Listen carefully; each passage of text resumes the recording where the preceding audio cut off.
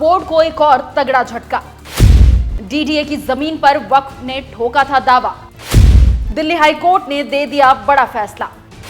ईदगाह के पास लगेगी रानी लक्ष्मीबाई की मूर्ति। नमस्कार, मैं खुशबू राय, आप देख रहे हैं NMF न्यूज। वक्फ बोर्ड को लेकर हाल के दिनों में सोशल मीडिया पर खबरों की बाढ़ आई हुई है। मनमाने तरीके से किसी भी जमीन को अपना बता देना, उस पर दावा ठोकना वक्फ बोर्ड के लिए आम बात हो गई है। कभी किसी गांव को ही अपना बता देते हैं तो कभी किसी मंदिर पर अपने हक के बारे में बात करते हैं।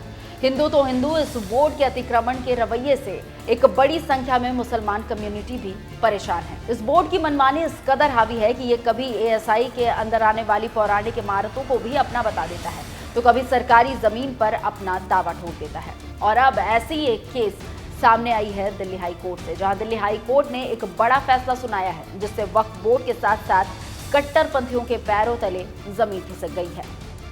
दरअसल दिल्ली में डीडीए की जमीन पर वक्फ बोर्ड ने अपना दावा ठोका। शाही ईदगाह के पास स्थित डीडीए पार्क मामले में दिल्ली हाई कोर्ट ने बड़ा फैसला सुनाया है।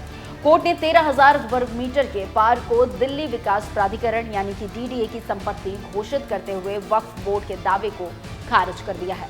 खंडपीठ ने शाही ईदगाह प्रबंध समिति को इस तरह की दलीलें देने के लिए 26 सितंबर तक माफीनामा देने का आदेश भी दिया है। कोर्ट की फटकार के बाद समिति के वकील ने बिना शर्त माफीनामा जारी करने पर सहमति भी जताई है। इसके साथ ही साथ उन्होंने अपनी अपील को वापस लेने की अनुमति मांगी है। इस मामले में कोर्ट की अगली सुनवाई 27 सितंबर को है। जैसे ही ये खबर सामने आई, समर्थकों में खुशी की लहर दौड़ गई। लोगों का मानना है कि यह निर्णय महारानी लक्ष्मीबाई की विरासत के सम्मान में एक महत्वपूर्ण कदम है। ऑफ इंडिया के एक रिपोर्ट के मुताबिक आपको बता दें कि कार्यवाहक मुख्य न्यायाधीश मनमोहन ने ईदगाह मस्जिद समिति से कहा, अदालत के माध्यम से सांप्रदायिक राजनीति खेली जा रही है।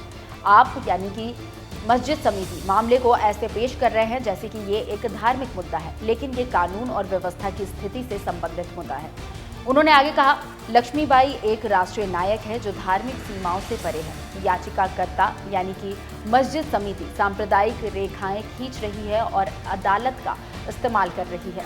सांप्रदायिक आधार पर विभाजन ना करे। आपका सुझाव ही विभाजनकारी है।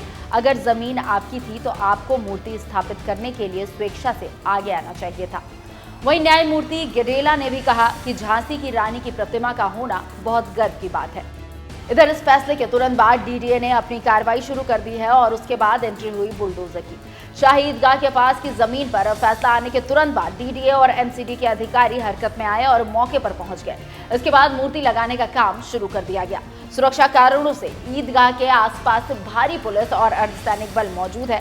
खैर, जिस तरह से दिल्ली हाई कोर्ट के फैसले से वक्फ बोर्ड को बड़ा झटका लगा है, कट्टरपंथियों को बड़ा झटका लगा है, उस पर आपकी क्या राय है, हमें कमेंट कर जरूर बताएं। नमस्कार।